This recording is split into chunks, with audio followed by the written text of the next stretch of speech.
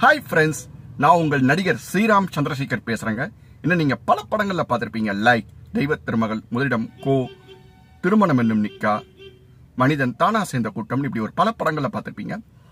இப்போ சமீபமா கூட ஜீ தமிழ் சத்யா சீரியல்ல பார்ட் 1, ஜீ தமிழ் சத்யா சீரியல் பார்ட் 1ல சரவணன்ங்கிற கேரக்டர்ல நெகட்டிவ் ரோல் ஹீரோக்கு தம்பியாவும் பிளே பண்ணாங்க.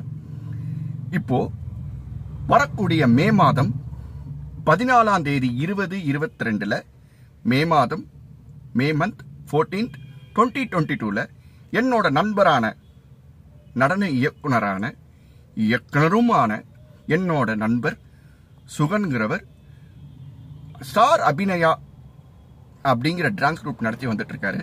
அந்த பசங்கள்லாம் வந்து டான்ஸ் ஆட போறாங்க. பசங்க மட்டும் ஆடுறது இல்லாம பல பிரபலங்களும் வந்து ஆட போடுறாங்க. அந்த பல பிரபலங்களுக்கு நடுப்புற வரவும் போறாங்க, பல பிரபலங்கள் ஆடவும் போறாங்க. அந்த பிரபலங்கள்ல நானும் வருவேன். இந்த ப்ரோக்ராமுக்கு நான் மட்டும் போலாம் தாங்க பார்த்தேன். ஆனா மக்களாகிய நீங்களாம் வந்தாங்கன்னா நல்லா சந்தோஷமா இருக்கும். எல்லாருமே வந்து என்ஜாய் பண்ணலாங்க.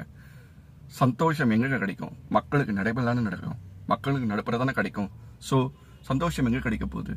ஸோ அந்த சந்தோஷத்தை நீங்க யாரும் மிஸ் பண்ணிடக்கூடாதுன்னு என்னோட மனமார்ந்த வேண்டுகோள்.